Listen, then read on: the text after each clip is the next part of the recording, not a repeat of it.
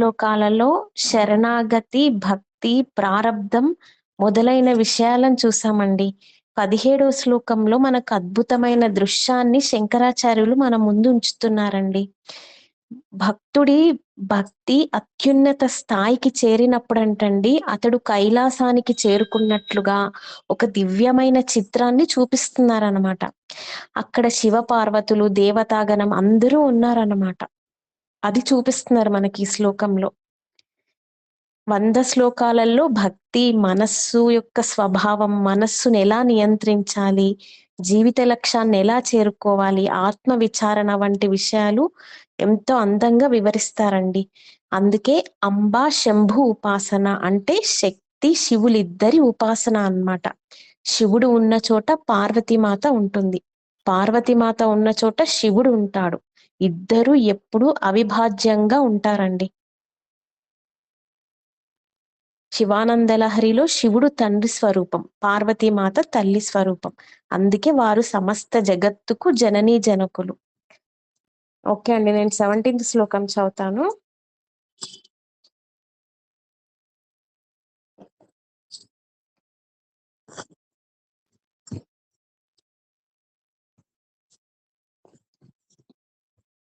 ఫలాద్వా పుణ్యానాం మయి కరుణయా వా త్వయి విభో ప్రసన్నేపి స్వామిన్ భవదమలా పాదాబ్జయుగలం కథం పశ్యేయం మాం స్థగయతి నమః సంభ్రమజుషాం నీలింపానాం శ్రేణిః నిజ కనక మాణిక్యమకుటైః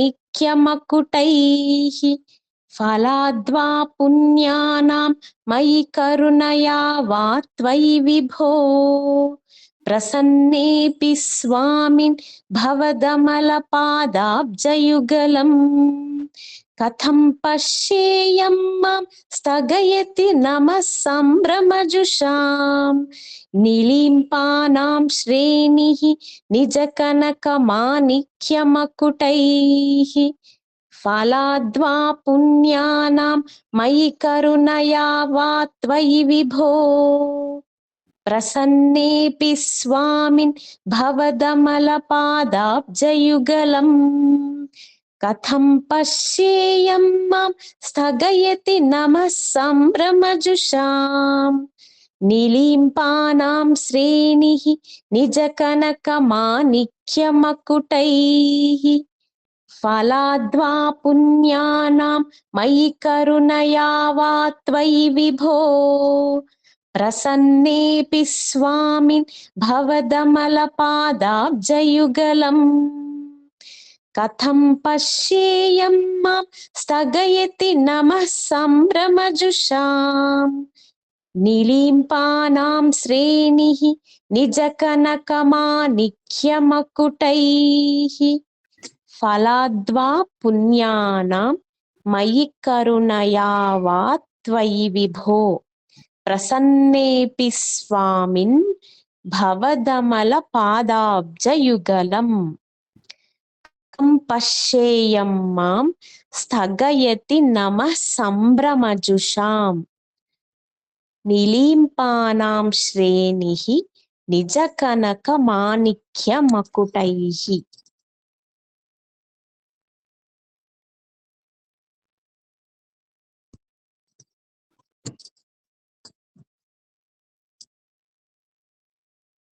ఓకే అండి, ఇక్కడ భావం ఏంటంటే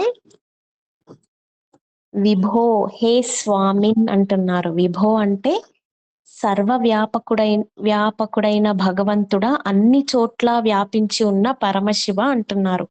స్వామిన్ అంటే అందరికీ స్వామి, అధిపతి. మనమందరం ఆయన సేవకులం. మనల్ని రక్షించి పోషించేవాడు కూడా ఆయన్నే. కైలాసానికి చేరడానికి 3 కారణాలండి. శంకరాచార్యులు భక్తుడి దృష్టిలో 3 కారణాలను చూపిస్తున్నారనమాట. పుణ్యఫలం, గతంలో చేసిన పుణ్యకర్మల ఫలితంగా కైలాస దర్శనం లభించింది భక్తుడికి. సత్సంగం, దానం, తపస్సు, నామజపం, భగవంతుని ఆరాధన ఇవన్నీ పుణ్యకర్మలకు ఉదాహరణ అండి. భగవంతుని కరుణ, మన పుణ్యం ఉన్నా కూడా భగవంతుని కరుణ లేకుంటే ఏది సాధ్యం కాదండి. భగవంతుని ప్రసన్నత, అనుగ్రహం. శివుడు భక్తులపై త్వరగా ప్రసన్నుడవుతాడు. అందుకే ఆయనను భోలాశంకరుడు, ఆశుతోషుడు అంటారు. భోలాశంకరుడి కరుణ, శివుడు భక్తులపై ఎంత త్వరగా కరుణ చూపుతాడో చెప్పడానికి భస్మాసురుని కథను ఉదాహరణగా చెప్తారండి. శివుడు తన భక్తుడికి వరం ఇచ్చాడు. ఆ వరాన్ని దుర్వినియోగం చేయబోయినప్పుడు విష్ణువు మోహిని రూపంలో అతన్ని తన తలపై చేయి పెట్టుకునేలా చేసి ఆ ప్రమాదాన్ని నివారించాడు. శివుని కరుణకు హద్దులు లేవు. ఆయన భక్తుణ్ణి ఎప్పుడూ రక్షించాలనే సంకల్పంతో ఉంటాడు. కైలాసంలో భక్తుడి దర్శనము ఎలా ఉంటుంది? భక్తుడు కైలాసానికి చేరుకున్నప్పుడు అంటండి, అక్కడ కేవలం శివుడు, పార్వతీమాత మాత్రమే ఉండరంటండి. పార్వతీమాత, పరమశివుడు, గణేశుడు, కుమారస్వామి, ప్రమథ గణాలు, బ్రహ్మ, విష్ణువు, ఇతర దేవతలందరూ అక్కడ ఉన్నారంట. అంటే కైలాసం నిశ్శబ్దమైన ఒంటరి ప్రదేశం కాదు. భగవంతుని దర్శనం కోసం దేవతలందరూ సమకూడిన దివ్యస్థానం.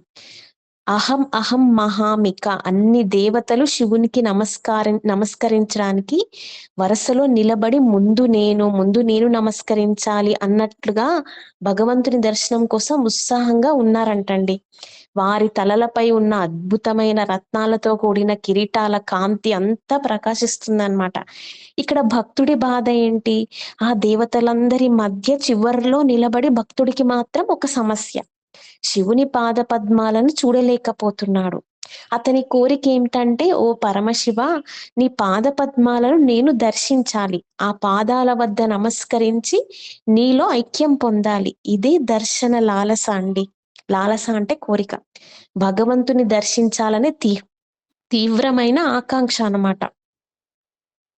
సత్కర్మ, ఇక్కడ సత్కర్మలు ఎందుకు అవసరమో కూడా చెప్తున్నారు. భగవద్గీతలో శ్రీకృష్ణుడు చెప్పిన భావమేనండి.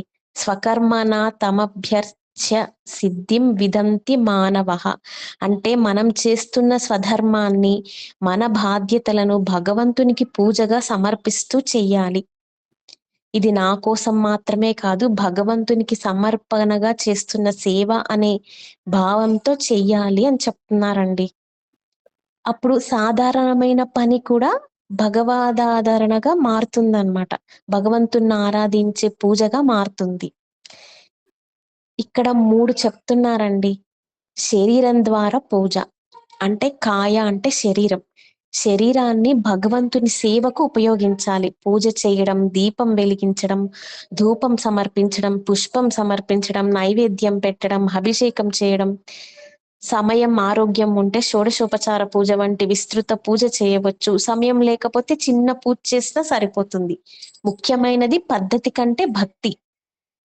ఫస్ట్ శరీరంతో చేసేదండి. రెండవది వాక్, మాట ద్వారా ఉపాసన. వాక్ అంటేనే మన మాట. మన మాటలను కూడా భగవంతుని వైపు మళ్లించవచ్చు. ఓం నమ శివాయ, శ్రీమాత్రే నమః, శివానంద లహరి, సౌందర్య లహరి, స్తోత్రాలు, అష్టోత్తర శతనామాలు, భగవంతుని నామస్మరణ అంటే మన వాక్కు భగవన్నామంతో పవిత్రం కావాలి. థర్డ్ది ఏంటండి? ధ్యానం, మనస్సు. ఇది అత్యంత సూక్ష్మమైనదండి. అంటే మనస్సు, దాని భగవంతునిపై నిలపడం ధ్యానం అంటారు. కానీ మనకు తెలుసు, కూర్చొని ధ్యానం చేయగానే మనసు ఎక్కడికో వెళ్ళిపోతుంది. అందుకే శాస్త్రాలు మనకు 3 మెట్లు చూపిస్తున్నాయి: శ్రవణం, మననం, నిధిధ్యాసనం. శ్రవణం అంటే గురువు, శాస్త్రాల ద్వారా జ్ఞానాన్ని వినడం, మనం చేస్తున్న సత్సంగం, శాస్త్ర అధ్యయనం, ఇది శ్రవణ సాధన. మననం, విన్న విషయాన్ని మళ్ళీ మళ్ళీ ఆలోచించడం, పరిశీలించడం, ఆచార్యులు ఇలా ఎందుకు చెప్పారు అని మనలో మనం విచారించడం. నిధిధ్యాసనం అంటే తెలుసుకున్న సత్యంలో మనస్సును నిలిపి దానిలో స్థిరంగా ఉండడం అన్నమాట. ఇక్కడ పుణ్యకర్మ ఎందుకు అంటే, పుణ్యకర్మ అనే పదం చాలా ముఖ్యమైందండి. మనకు లభించే అనేక అనుకూల అనుభవాలు పూర్వ పుణ్య కర్మల ఫలితంగా వస్తాయని శాస్త్రం చెప్తుంది. కానీ వాటిని అనుభవిస్తూ ఉండగా ఆ పుణ్యఫలం కూడా క్షీణిస్తుందనమాట. చివరిగా ఏం చెప్తున్నారంటే, శ్రవణం ద్వారా జ్ఞానం వస్తుంది, మననం ద్వారా అది బలపడుతుంది, నిధిధ్యాసనం ద్వారా మన స్వరూపంలో స్థిరపడతాం. ఇదే రమణ మహర్షి బోధించే నేను ఎవరు అనే ఆత్మ విచారణ వైపు తీసుకెళ్లే మార్గం అండి. భగవంతుడిచ్చిన శరీరం, వాక్కు, మనస్సు ఈ 3 సాధనలను భగవంతునికే సమర్పించి ఉపయోగించడమే సాధన. ఈ సాధన ద్వారానే భక్తుడు కైలాసానికి వెళ్తాడనమాట. వెళ్ళి వాళ్ళందరినీ దర్శించుకుంటున్నాడు. ఇది మానసికంగా మనం భావన తీసుకోవాలండి ఈ శ్లోకము. అర్థమైందా అండి భావము?